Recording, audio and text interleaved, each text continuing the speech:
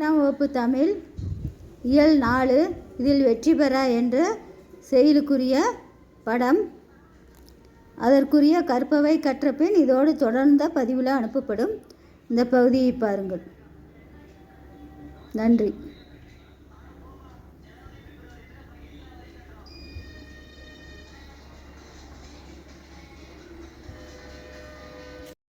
அனைவருக்கும் வணக்கம். தமிழ் கேஎஸ்ஆர் சேனலில் பல பதிவுகளை பார்த்துட்ருக்கோம். அதில் 12ஆம் வகுப்பு தமிழ் பாடத்தில் கற்பவை கற்றபின் என்று சொல்லக்கூடிய வினாவும் வினாவுக்குரிய விடைகள் பகுதி தான் பார்த்துட்ருக்கோம். அதில் 4வது இயலில் 2வது பகுதியில் வெற்றி பெற என்று செயலுக்குரிய வினாவும் விடையும். பேச்சு வழக்கில் பயன்படுத்துகின்ற ஓமை சொற்களை தொகுக்க.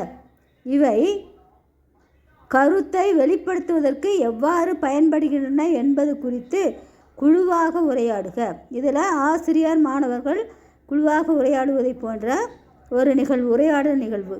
ஆசிரியர், மாணவ செல்வங்களே, ஓமை சொற்கள் என்ற தலைப்பில் நாம் குழுவாக இணைந்து உரையாடலை இன்று நிகழ்த்துவோம்.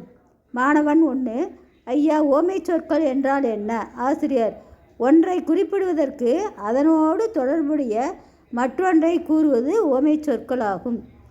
மாணவன் 2, ஐயா, அதற்கு ஒரு சான்று கூறுங்கள்.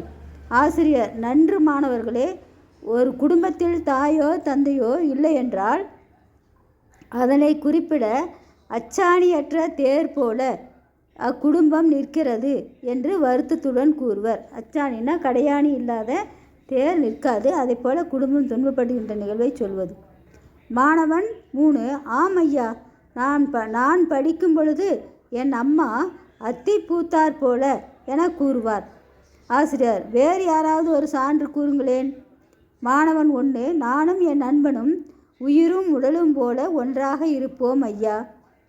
மாணவன் 2, ஐயா, நானும் என் தம்பியும் கீரியும் பாம்பும் போல என்றும் சண்டை போடுவோம். அது 2 ஒற்றுமையாக இருக்காது. அதை நிகழ்த்துவதற்கு சொல்லக்கூடியது. ஆசிரியர், ஆம் மாணவர்களே, தாய் தன் குழந்தையை கண்ணை இமை காப்பதைப் போல காப்பாள்.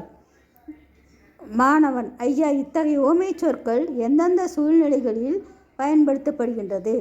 ஆசிரியர், வாழ்வில் அனைத்து நிலைகளிலும் இத்தகைய ஓமை சொற்களும் ஓமை தொடர்களும் பயன்படுத்தப்படுகின்றன என்ற ஒரு வினா மட்டும் இதில் கொடுக்கப்பட்டிருக்கு.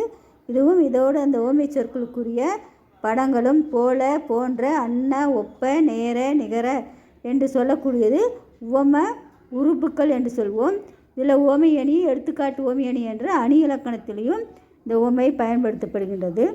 இதில் சிறுவினாவில் ஒரு வினா மேல் பகுதியில் கொடுத்துருப்பார். எவை எவை எங்கெங்கு விளையும் என சுரதா கூறுகிறார்.